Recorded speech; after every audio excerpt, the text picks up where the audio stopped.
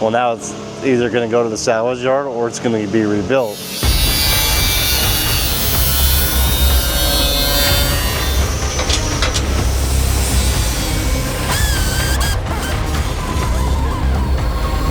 You're about to get to shopping. Hey, it is Friday, and I don't want to say that yet. We don't want to start celebrating the weekend. We got a lot of work going on in the shop. Ash is still tearing down this bed. We've got the frame extensions going on today, and we're well on our way to starting to see this thing come back to life. Once we get the back end squared away as far as the frame and everything, we'll start building suspension components, and that's where things are going to get really exciting and start to move a little bit faster. We got a lot of work left, so let's get busy. DJ gets really angry at me every time I have him shut off the music, so that's YouTube land. I thought I understood what they were going to do here, but I had to honestly ask Aaron what was going on, because I would assume this part would have come up. So what we're doing is basically we're dropping the rear bulkhead, which holds the tailgate, and we're going to drop the front bulkhead, which just retains the front of the bed here. So the reason we're doing this is so the bed floor and all the structure here, it's going to be sitting about four inches higher, because our new frame section is 4 inches higher. So what this allows is our new frame rails to rest on all the same cross members underneath as it would have from the factory, and then the tailgate still be in the same height position in relation to the cab, because only the frame's coming up in the back, and then obviously we have to drop the tailgate down and everything else down. The reason why we're raising this section in relation to the tailgate and everything else on the bulkheads is because we're fitting a 40-inch tire with 14 inches of up travel from ride height. What this is saving us from doing by doing it this way is we don't have to cut out every single bit of the sheet metal in the bed floor, rebuild around the tires. We can just retain all of the factory bed floor, and it still looks factory. You take the tailgate down and all you'll see is just a step in the back, and the whole entire bed floor will be raised. This is the same stuff that like the mini truck guys have done for years. A lot of the lowrider guys that have like their trucks on airbags and stuff like that, they'll do frame kicks so they can get their trucks lower, but they'll raise their bed floor up just to keep a factory look. And that's pretty much what we're doing, is just trying to retain the factory look and then save a whole bunch of labor. So the bulkheads go down, the bed floor itself goes up, and then we should be good to go. Yeah, what he said. That's all it is making room for our new frame, our axle at full compression and suspension, and obviously the tires. Right now, I mean, tentatively, we'll end up probably sectioning out this front corner on each side just for our shock mounts and our bed cage. That way we could still take the bed off and then put it on. The reason why we need to be able to pull the bed off is we have our fuel cell and everything else going to be tucked up underneath here. We won't have access unless the bed can just unbolt and then bolt back on like it was from the factory. Makes everything easier to work on.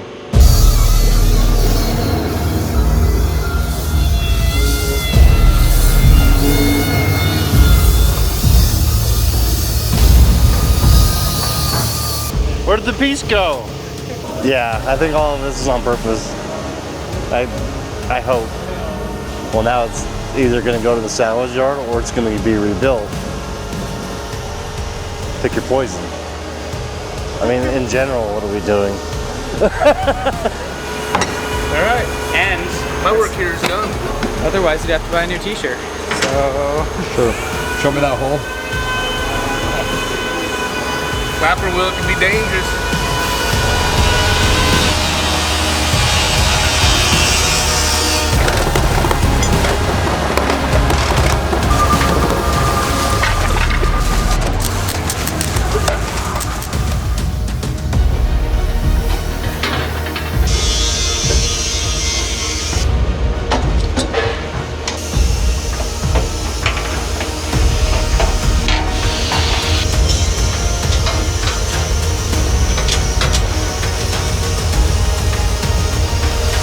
As they mock this up, we're starting to see the shape of everything come together and how much higher everything will sit. And the reason why we're cutting the bed apart and everything.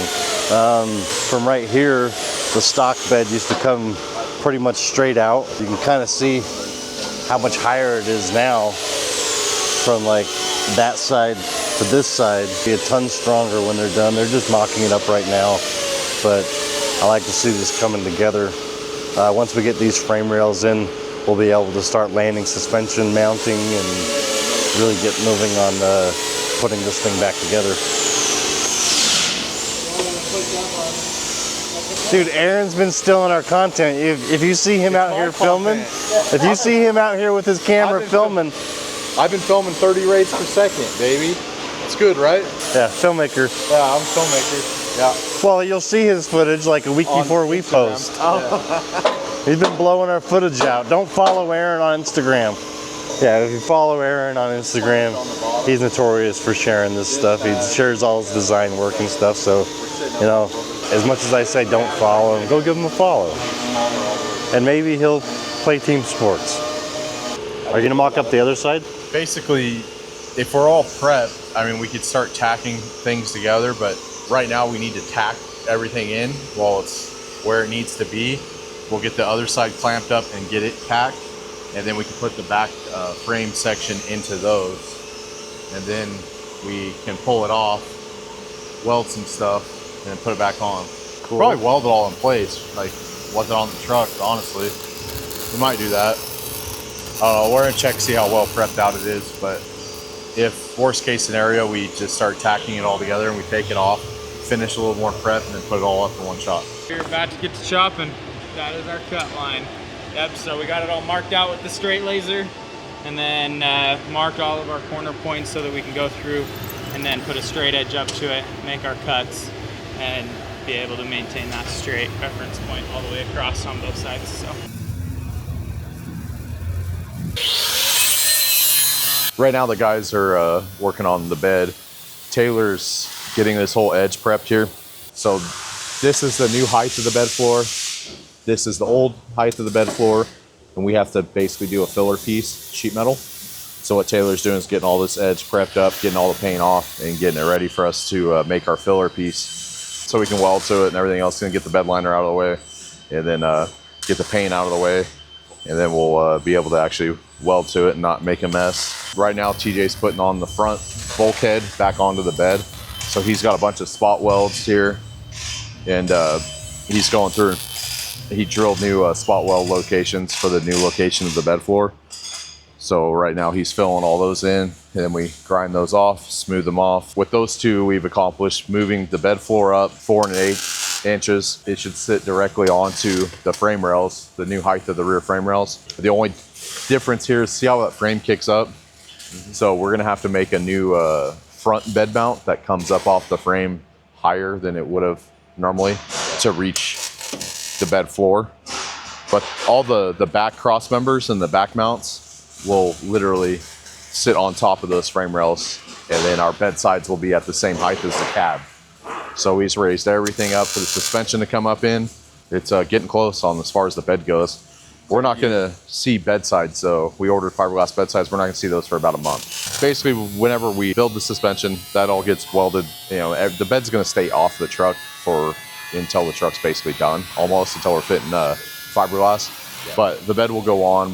We'll put the new brackets on, and we'll just take the bed right back off so we can access all our suspension stuff. And then at the end of it, we'll end up building our like miniature bed cage, which is just in the front half of the bed portion. And at that point, after that's built onto the truck, then we'll take the bed back over to essentially clearance the bed again to fit around that bed cage, and then we'll have to do more sheet metal work. These are all the tubes for our fuel cell cradle. Basically, we have these CNC plasma cut. The guys over at Midnight 4x4 have a Bentech Dragon. What comes off the Dragon is basically, it's labeled with a number so we know where it goes in the assembly. And then it also has all your tube landings for each notch. So this would show, that scribed line will show where a tube goes into this tube, and obviously where the other 2 tubes will land on the backside. We prep these out on the lathe. And basically chuck them up, use Scotch-Brite, and then we'll get them to this finish. And then we'll clean out the insides, prep all the edges, and dial them in. Sometimes we'll back cut on the notches a little bit to create a bevel. A lot of that determines too if we're MIG welding or if we're TIG welding. So that'll kind of dictate how big of a bevel we put into them. So that whole cradle you saw on the computer, we're going to essentially fit on this table. We'll get it all tacked together. We'll build one wall, we'll build another wall, and then we'll start putting in our diagonal lacing to bridge the two walls together. And after that's done, we're gonna drill through here and we're gonna actually put tube inserts. That way we can run a bolt all the way through the frame rail, and then it'll bolt basically a big huge flat plate that's going to hold the whole entire fuel cell cradle system up. And then also we're going to tie in probably a bolt-in gusset into the bottom here where our bump stop is. We're putting our bump stops directly through this frame channel too. We're going to end up running essentially a hole saw all the way through, and we'll end up running a bump can in here, so we'll have a hydraulic bump stop, and the fuel cell cradle will sit right behind it. You can probably barely see the bottom of that fuel cell cradle pop out with the bed on the truck.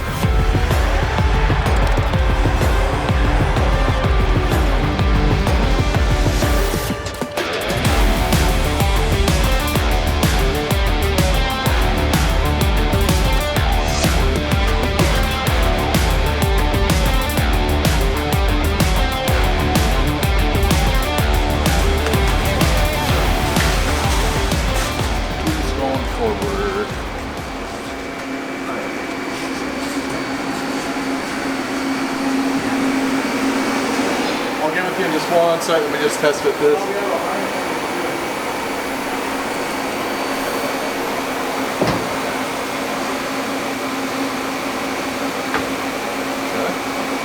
Right, it's on the tubes. Then, oh yeah, whatever that is, yeah. So when we do our plate though, we might have to grind that, you know what I mean? So, just so it fits.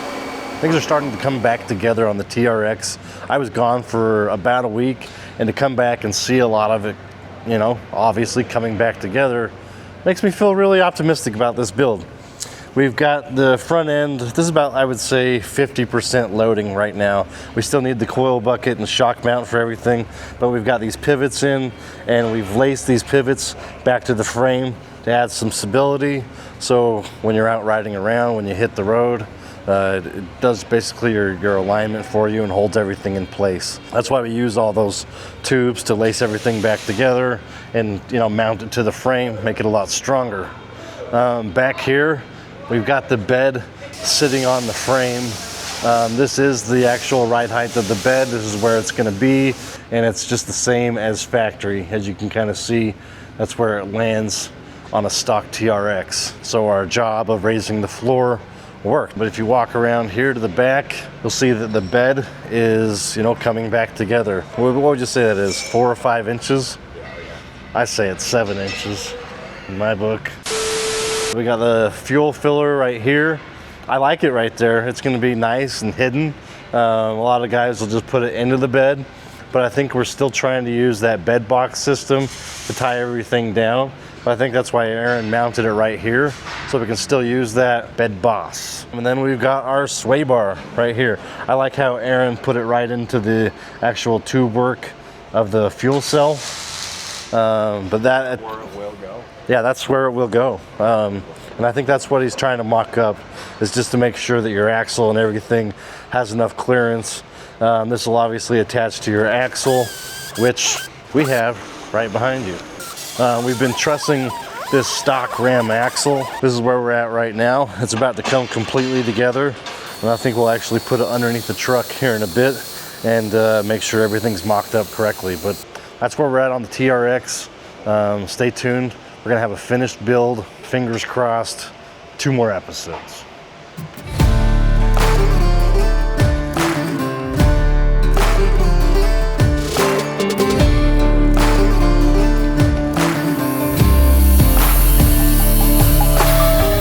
This is our factory TRX axle. What we ended up doing is we ended up running an IZZIFAB backbone truss, which ties into the diff cover and then also into the axle tubes. In-house, we built our own upper truss here, which is this section, ties into your axle flanges all the way out here, right? And then it bolts into our upper wishbone mount, which this is one of our 3-link pivots. So this load here is all distributed into our truss and then back into the diff cover back here via the diff cover bolts. This whole section here bolts on. So this whole thing comes off, the whole backbone truss comes off, and you can service your gears. The reason we went this far with this truss is right now we don't want to spend the money on a full floater. Number two is we need the strength. The housing itself, it's 3 5/8 diameter. It needs to be a little bit more strong. So with the loads that this rear end's gonna see with a 40-inch tire, and obviously our 3-link assembly, we needed to truss this thing all the way out. And I think we did a pretty good job at doing that. We kept it in a fixture, staggered welds, everything else to make sure this thing didn't pull every which direction. So it should be straight as an arrow. We got our fuel cell cradle mocked up on the truck. We're gonna weld this out tomorrow morning. This is our sway bar we're gonna run. It's Blitzkrieg Motorsports sway bar that utilizes a CarTech off-road 35 spline sway bar. So this thing's pretty beefy. It should keep the truck from wanting to essentially lean every which direction, keep it planed out level. We're getting everything done as far as plumbing preparations.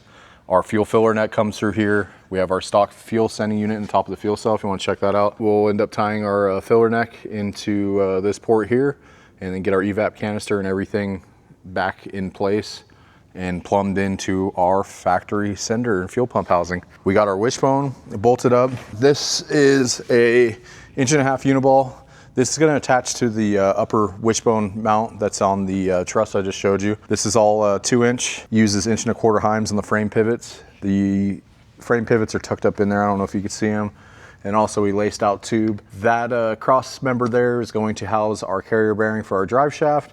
And then obviously this tube's distributing the loads back out to the front of the chassis. So all of this is coming together pretty quickly. The one thing we're going to be waiting on, I think, for another week or so is the trailing arms, which we're getting from Andrew Cho. Cho Fabrication's building us a 55-inch trailing arm, which is going to hold our shocks and also be our lower links for our rear suspension. So that's one piece of the puzzle that we need to get here sooner than later, so we can just wrap this up, get the bump stops in, get the limit straps in, start laying out all the tube work for the shock mounting, and just finalize everything back here so we can call the rear suspension, rear housing done. So stay tuned. Come in, I think we'll probably release the TRX episode in 2 weeks from here. Might be a week. We'll see how much content we can get next week while we're building the rest of this stuff. But tune back in. We'll hop on the front suspension. We get the axle in here. We get the trailing arms on here, and getting the rest of this thing buttoned up to where it starts looking like a truck again. So you can kind of get the full visual of what's going on. Right now, I know it looks like a whole bunch of crazy plate work and tube work and a whole bunch of stuff everywhere, but it'll all come together. Came together on the computer, so it should work in person, right?